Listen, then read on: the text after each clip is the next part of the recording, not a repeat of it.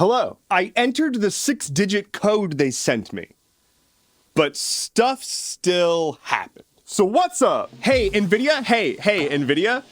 You can't do that. Nvidia is facing a lawsuit after a 404 Media report found that Nvidia was illegally scraping videos from YouTube and Netflix, Vimeo, etc. They were scraping these videos to train their AI product that they're selling for money. Now, I want to be clear. I want to be super clear. That's theft. Nvidia directed their employees to hide their IP addresses, to sneak past the defenses that YouTube has set up to prevent mass scraping of data. They were specifically told to set up machines in the cloud and change the machines pretty frequently to have different IP addresses so that they wouldn't get caught. When employees were like, hey, that's unethical and illegal, they were told to shut up because this was a, quote, executive decision. Quite literally, somebody at the top was like, I don't care about the law.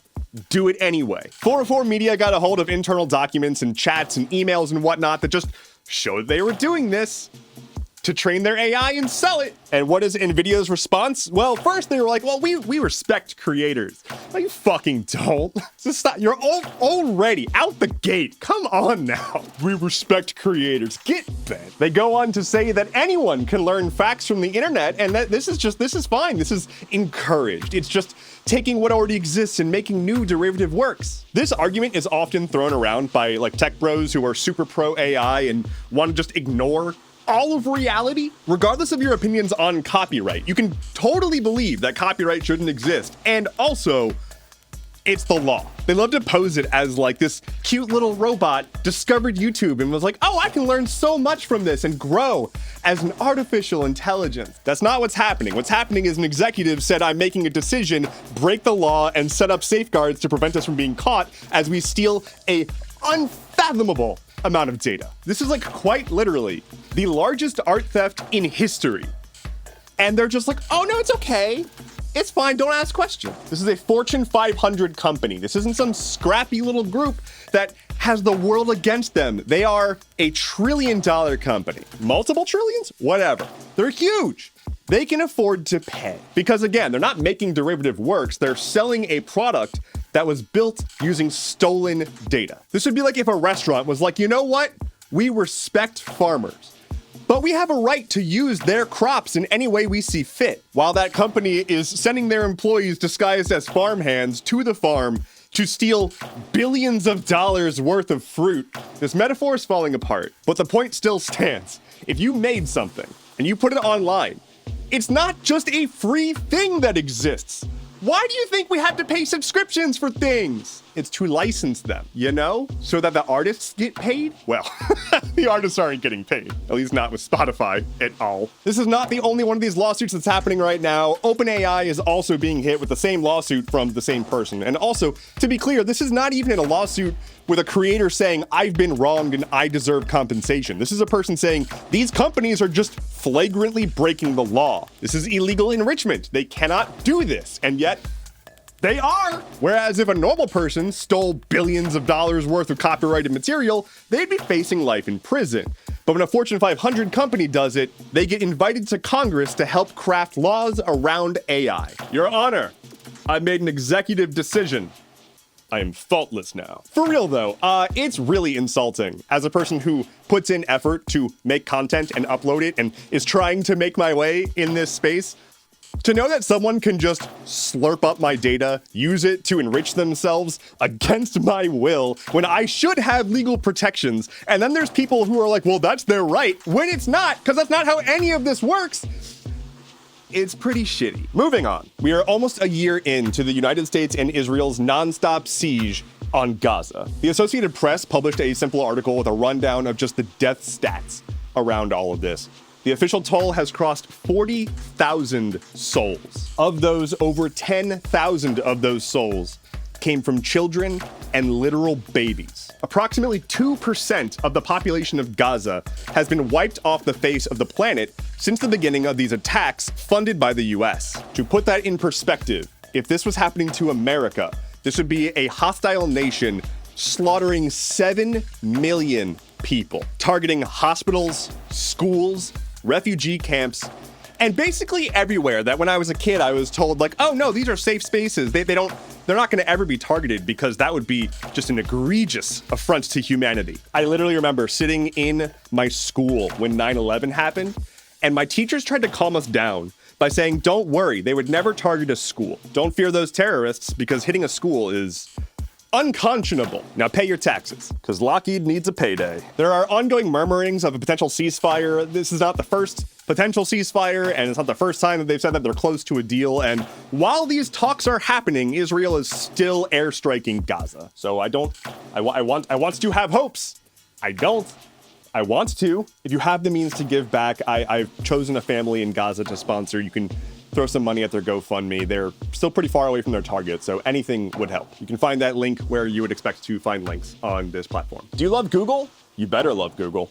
Google is backtracking after publishing a set of rules for their Team Pixel program that said that if you show favoritism to any other device besides a Pixel, you're out. All right, what does any of that mean?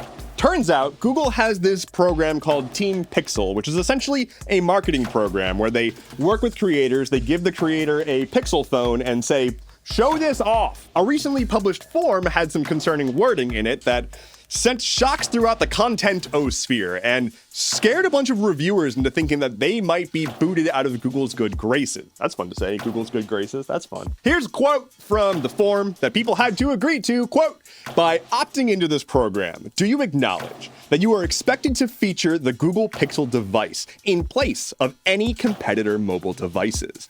Please note that if it appears other brands are being preferred over the Pixel, we will need to cease the relationship between the brand and the creator. Only their form didn't deliver it as cool as I did. Anyway, upon seeing this, people were like, whoa, okay, hold on. So like, what does that mean? What are the rules around that?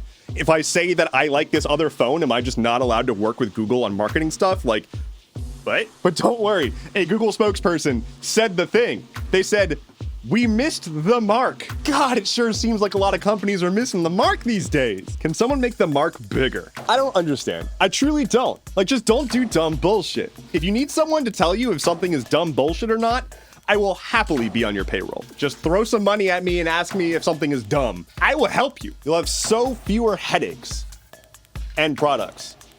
Because I'm just gonna say everything's dumb. This episode of Stuff Keeps Happening is still sponsored by me. It's just kind of me out here. If you want to help me keep doing this, I would love your support. One of the best ways to chip in is to check out my Patreon. Tiers start at $3 a month.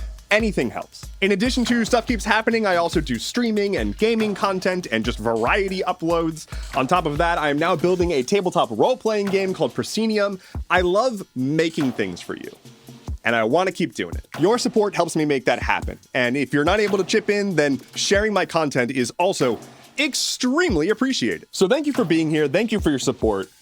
And lightning round. Twitter has closed their offices in Brazil after a Brazilian Supreme Court justice was like, hey, y'all, there's a lot of false information on your platform, especially about our former super right-wing leader, Bolsonaro. So you gotta take that down. To which Twitter said, no. They're now closing their offices.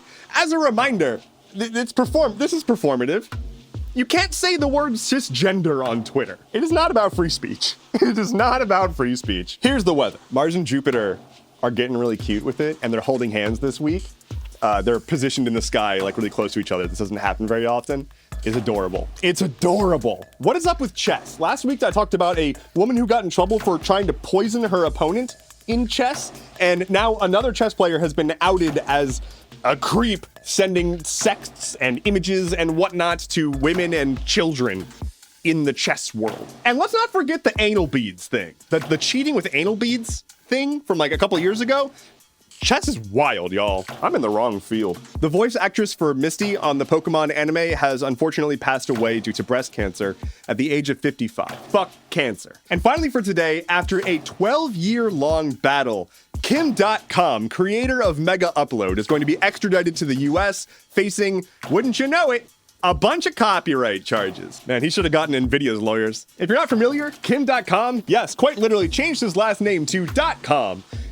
and he's been on the run for a while. He also once put out a music video about Mega Upload that has just the wildest cast of cameos imaginable. That is all I have for you today. Thank you so much for watching. Let me know in the comments below where you are going to extradite Kim.com to.